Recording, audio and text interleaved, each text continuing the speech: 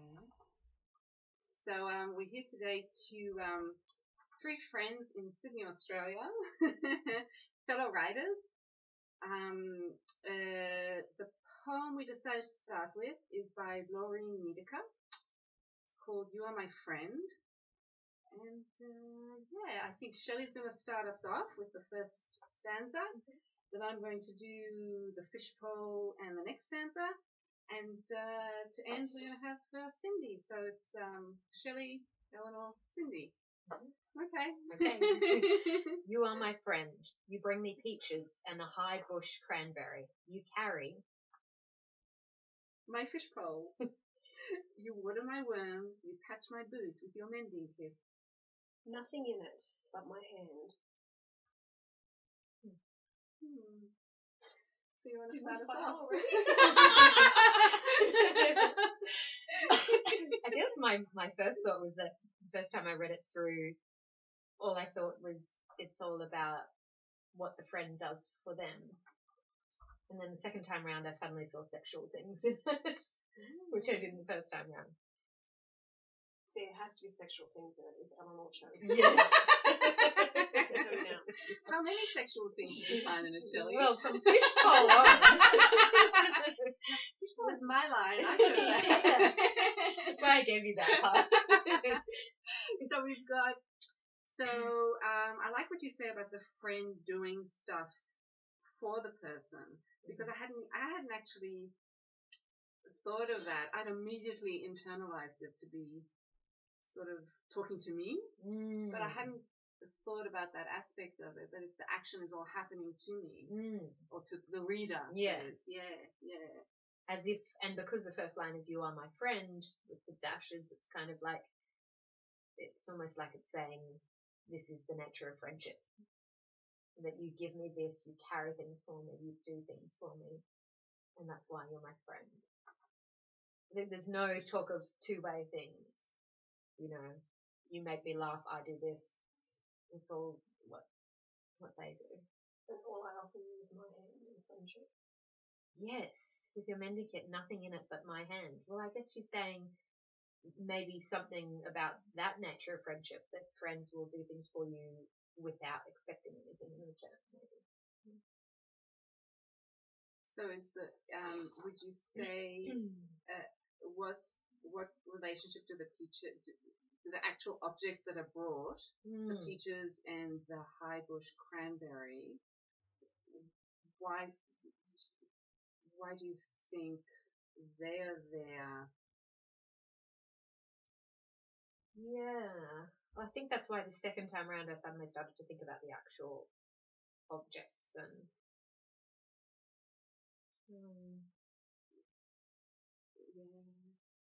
took it more literally first time, just imagining them going fishing, and then the second time going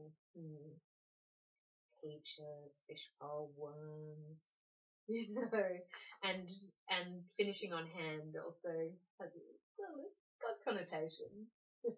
It could just be me. No, I'm really relieved you said that, because I always thought it was only me. Yeah. Because I think it's a really sexy poem. I don't think it necessarily is about being a friend. I mean, it obviously is many things. I think the minute you read my fishbowl separately like that, even though we've got the country, you know, it's a country setting, I also felt that it was, saying that there's definitely something more happening than mere friendship. But what that is, you know, it's hard to tell. But it was interesting that there's a boot, and then later on the hand.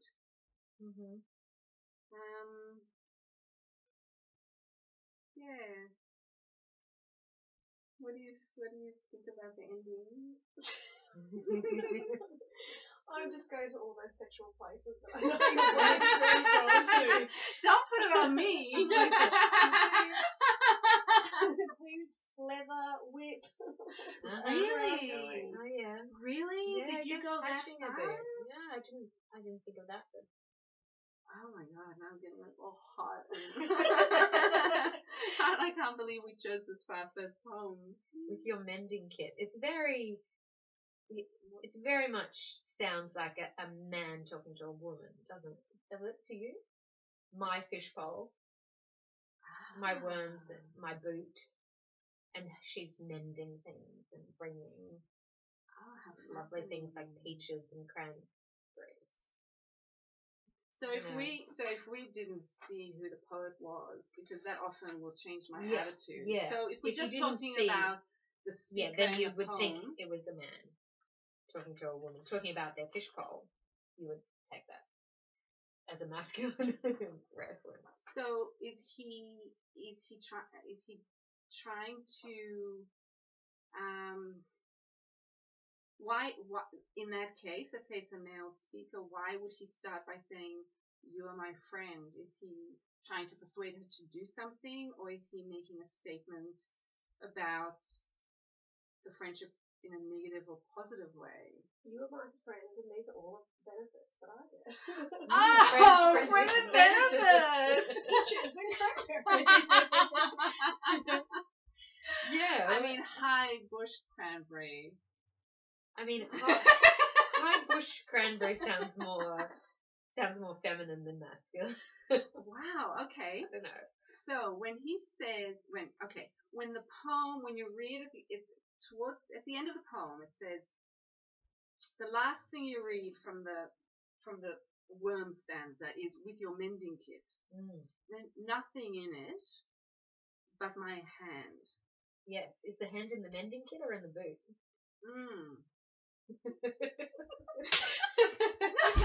That just occurred to me. No, it's about the location of the hand. You patch my boot with your mending kit, nothing in it but my hand. My hand's in you. Yeah. Yeah. In the which is, either a boot or a mending kit. They could both be a female body part. Yeah. Okay. That's amazing. I have to say, when I first read this, I thought, there's something wrong with me because I see sexual imagery everywhere, and it's obviously not about that at all. And we didn't discuss this at all before we sat down. No. And you brought it to places that I never dreamed, but actually I can see it. I can really see it. Yeah. Now, is this your general feeling of the tone? I've always wanted to ask this because I'm not sure. Do you reckon it's more positive or more negative, or is it not? Is it neither? Is it a poem? Is there some sort of message from it as to what an ideal friendship or relationship is, or not? Especially when you think of it as it sounds like a man talking to a woman, but here's a female poet maybe getting into the headspace of a man, then it's harder to know whether it is positive or whether she's trying to get into that, whether she's saying something about his needs, him taking, and maybe not. There's not a lot of give in this poem. So it could be a subconscious expression of her, fulfillment. There's a really interesting HuffPost podcast at the moment that is about the clit. And it made me think, after hearing that and hearing about since Freud, or probably before, there's been such a focus on penis and vagina and actually the clitoris being the sexual organ of women. Much more like that's where the party is, they say, not the vagina. And it just made me think, wow, it's interesting. I'd be really interested if in all these poems with these sexual references, is it always references to vagina and penis, or are there very many references? Maybe that's the high bush cranberry. Maybe that's the high bush cranberry. It could be. There we go. I hadn't thought of it. And maybe because we don't think of it that much, we don't see the references. Yeah. Or peaches. I don't know. So what are the What are my worms? Yeah. You know what? Now that the way you say that, Suddenly, I don't even have to ask anymore. You see the clit everywhere. What am I worms? Say no more. Does it make a difference to you? Because it does to me. There's no, apart from the 2 dashes, there's no punctuation. I mean, that doesn't really, it's just at the end, there's no full stop. And so I'm just wondering if you see the poem continuing in some way, because it's not very final. No. It's almost as if there's an action that's continuing. But Yeah, not having a full stop is almost like having a dot, dot, dot. But there's a but. That brings things to end for me. Sorry? But. Yes. Yes, the but. The but. But my hand. If it was and my hand, it's rising inflection. I didn't even But think my hand about is that. a bit more final. That type of but. And I